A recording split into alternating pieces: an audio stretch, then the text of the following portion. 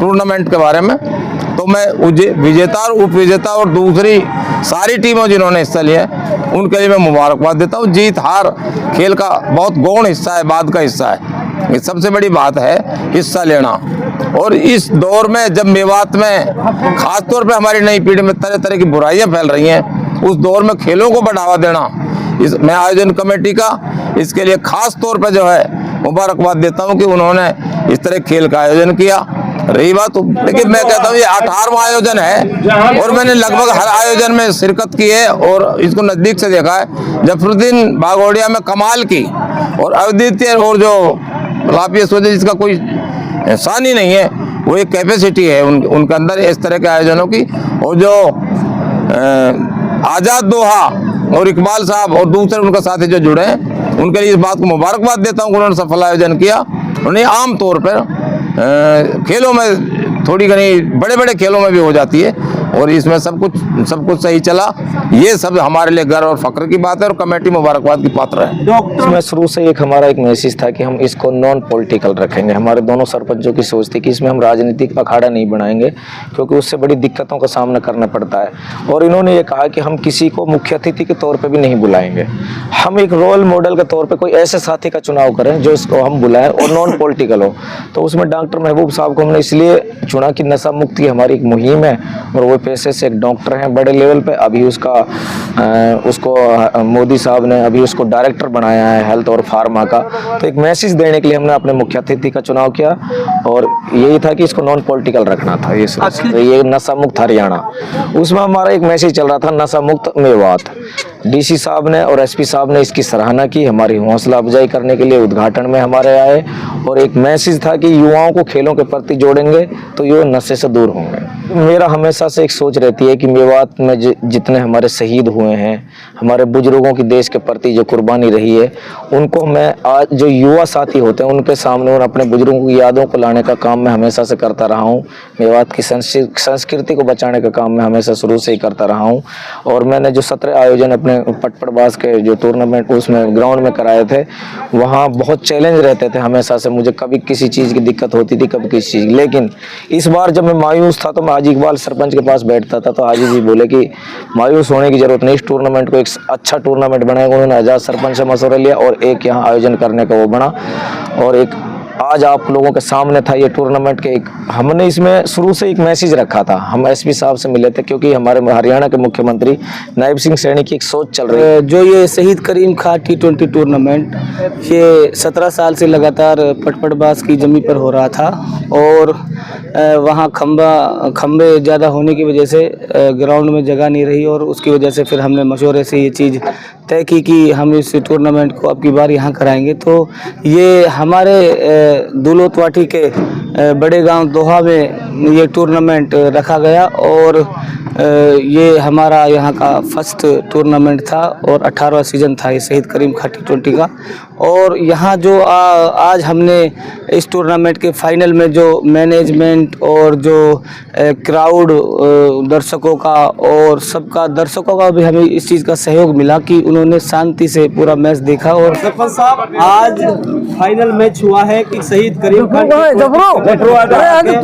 ऐतिहासिक cricket ground पर किस तरीके का यह संदेश दिया गया है और कौन विजय रही है, कौन सी टीम और क्या क्या इनाम उनको दी गई है और इनके आयोजकों के लिए आप क्या कहना चाहेंगे? देखिए, पहले तो मैं दोहा की धरती पर आते ही मैं सलाम करता हूँ। ये बहादुरों की धरती है और ये वो धरती है जहाँ पर गुलामी के दौर में अंग्रेजों पर इस गांव के लोगों ने, हमारे बुजुर्गों ने बाढ़ खुदवाई थी और काफी दिनों तक रेवेन्यू रिकॉर्ड में और दूसरे मामलों में ये गांव कच्चे पर रहा था।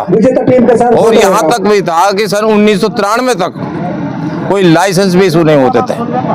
तो उस चीज को, इन सारी कमियों को हमने 8 जनवरी 1992 को तत्कालीन मुख्यमंत्री भजनलाल के सामने रखकर एक मांग पत्र में मांग रखी थी और उसके बाद उसके एक ऑर्डर जारी हुए थे कि भाई इतने दिनों को आज़ादी के 55 साल उस वक्त हुए थे बाद भी इस तरह की कमी बहुत बड़ी बात है। और फिर 1993 से रेवेन्यू रिकॉर्ड और शस्त्र लाइसेंस के बारे में इस लोगों को सम्मानजनक ढंग से आम लोगों की तरह और गाँवों की तरह और पूरे इलाके पूरे हरियाणा की तरह अधिकार मिले।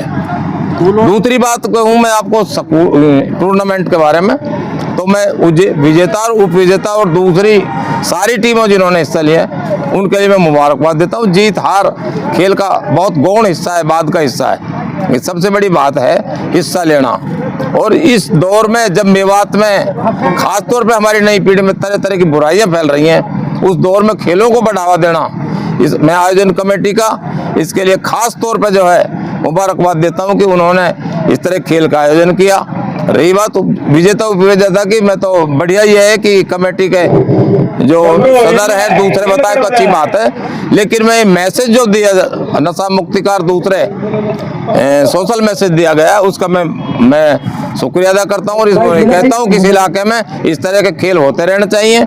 जैसे अभी थोड़ी देर पहले डॉक्टर साहब ने बताया कि यही खेल नहीं क्रिकेट ही बल्कि दूसरे खेलों का भी वो बढ़ावा देना चाहिए और अपने स्तर पर जो आदमी जो भी काम कर सकता है उसको करना चाहिए। ये खासकर दौलत वाटी और जफरुद्दीन बागोड़िया का इसमें मुख्य किरदार रहा है। तो इन लोगों ने काफी लंबे समय प्रयास किए हैं और बड़े संघर्ष करते हुए इस क्रिकेट जो टूर्नामेंट था इसका सफल आयोजन भी हुआ है, जिसकी लोग तारीफें भी कर रहे हैं। तो खासकर इनके लिए क्या? लेकिन मैं कहता हूँ ये 18वां आयोजन है और मैंने लगभग हर आयोजन में शिरकत की है और इसको नजदीक से देखा है। जफरुद्दीन बागोड़िया में कमाल की और अद्वितीय और जो लाफिया सोचे जिसका कोई एहसान ही नहीं है, वो एक कैपेसिटी है उनके अंदर इस तरह के आयोजनों की। और जो आज़ाद दोहा और इकबाल साहब और दूसरे उनका साथी जो जुड़े हैं उनके लिए इस बात को मुबारकबाद देता हूँ कि उन्होंने सफल आयोजन किया। उन्हें आम तौर पर खेलों में थोड़ी घनी बड़े बड़े खेलों में भी हो जाती है और इसमें सब कुछ सही चला। ये सब हमारे लिए गर्व और फख्र की बात है और कमेटी मुबारकबाद की पात्र है। डॉक्टर महबूब खान या मुख्य अतिथि के रूप में यहाँ आमंत्रित किए गए हैं, उन्होंने अपना कीमती वक्त इन युवाओं के लिए निकाला है, तो उनके लिए क्या? महबूब साहब हमारे, आप ये सोचिए कि बहुत बड़े आइकॉन हैं और उनका एक विशिष्ट स्थान है पूरी मेवात के समाज में। और अभी हम 19 दिसंबर को मेवात दिवस पर वहाँ भी महबूब साहब पहुँचे थे और यहाँ भी पहुँचे हैं। और ऐसे शख्सियत का हमारे बीच में आना और पहुँचना आम लोगों के बीच में, तो लोगों को बहुत बड़ी प्रेरणा मिलती है कि हम लोगों को जो उनकी उपलब्धियाँ जो उनकी सोच है उसको आगे बढ़ाने में नई पीढ़ी को मदद मिले। और ये अच्छी बात है कि हम किसी और वैसे नेताओं को बुलाएं, राजनीतिक लोगों को बुलाएं या कोई और दूसरे नज़रिए से किसी आदमी को बुलाएं, उसकी बजाय समाज की सोच रखने वाले, समाज को आगे बढ़ाने वाले लोगों को आगे बढ़ाने इनमें शिरकत करने के लिए एक अच्छा सोच है। मैं तो आयोजन करता हूँ कि ये करूँगा। और ये लोग महबूब साहब हैं और बहुत से हमारे साथ कासिम जी हैं हमारे साथ और भी जो लोग हैं जो हमारे लिए एक प्रेरणा के स्रोत हैं। और इस तरह के किरदार हैं, इस तरह के नाम हैं जो मेवात के जिनसे इज्जत बढ़ती है, नाम लेने से इज्जत बढ़ती है। मैं तो अच्छा इनका स्वागत करता हूं बल्कि इस बहादुर धरती पर। और मैं तो ये कहता हूँ खुदा करे कि हर गांव में ऐसे लोग पैदा हों ताकि मेवात की हालत बदले। अस्सलाम वालेकुम। सबसे पहले तो मैं आप सारे पत्रकार साथियों का धन्यवाद करता हूं जो आप सारे साथियों ने यहाँ अपना कीमती समय हमें दिया और इस टूर्नामेंट में दिया। और जो ये शहीद करीम खां T20 टूर्नामेंट ये 17 साल से लगातार पटपड़बाज की ज़मीन पर हो रहा था और वहाँ खंबे ज़्यादा होने की वजह से ग्राउंड में जगह नहीं रही और उसकी वजह से फिर हमने मशवरे से ये चीज़ तय की कि हम इस टूर्नामेंट को अब की बार यहाँ कराएंगे। तो ये हमारे दौलत वाटी के बड़े गांव दोहा में ये टूर्नामेंट रखा गया और ये हमारा यहाँ का फर्स्ट टूर्नामेंट था और 18वां सीज़न था ये शहीद करीम खां T20 का। और यहाँ जो आज हमने इस टूर्नामेंट के फाइनल में जो मैनेजमेंट और जो क्राउड दर्शकों का और सबका दर्शकों का भी हमें इस चीज़ का सहयोग मिला कि उन्होंने शांति से पूरा मैच देखा और हमें इस चीज़ के लिए बराबर से भी हेल्प की कि दर्शकों ने कोई बीच में किसी चीज़ की रुकावट वगैरह जैसे पटपड़बास में बीच बीच में मैच में होती रही थी।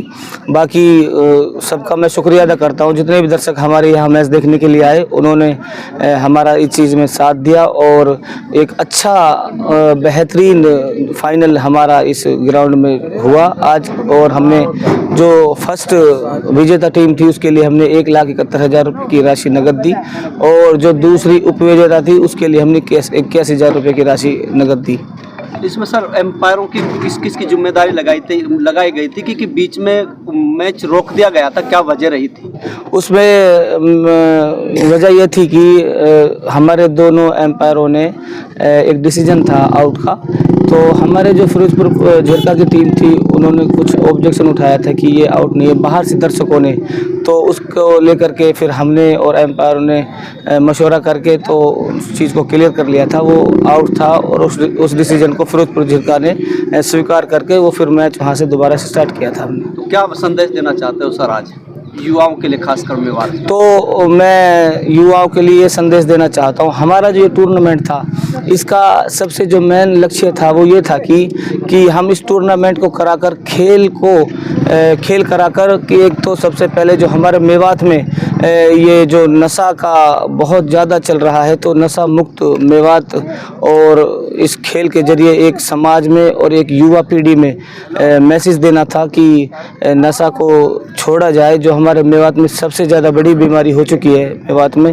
एक नशा मुक्त मेवात बने और सारे जो यंग हमारे हैं वो एक अपना रुझान खेल की तरफ मोटिवेट करे, चाहे वो क्रिकेट हो चाहे वो अन्य कोई और खेल हो, ताकि नशा से वो बच सके, क्योंकि जो एथलीट होता है वो नशा से काफ़ी दूर रहता है। तो इसमें अगर हमारे नौजवान पढ़ेंगे तो नशा से मुक्त हमारा मेवात इंशाल्लाह ज़रूर होगा।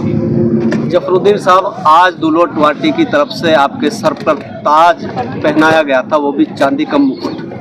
जिस समय आपके सर पर चांदी का मुकुट पहनाया गया था उस समय कैसा आप महसूस कर रहे थे? देखिए, जो सम्मान होता है वो अपना आप में एक बड़ा उससे प्राउड महसूस होता है, गर्व महसूस होता है कि आज जो सम्मान था, ये सम्मान मेरे लिए बहुत बड़ा सम्मान था, क्योंकि जिस तरह से मुझे ट्रोल किया गया था इस टूर्नामेंट को लेके कि भाई आपने वहाँ टूर्नामेंट क्यों करा दिया, कि तो मेरे लिए बड़ा चैलेंज था। लेकिन मेरा आज़ाद सरपंच और हाजी इकबाल सरपंच दोनों ने बड़ा हौसला अफजाई करते रहे समय समय पे, और दोहा में जो हमारे कमेटी के सदस्य थे सब ने मेरे हौसला अफजाई करते रहे, बराबर यहाँ मेरे साथ कंधा से कंधा मिलाकर यहाँ काम करते रहे।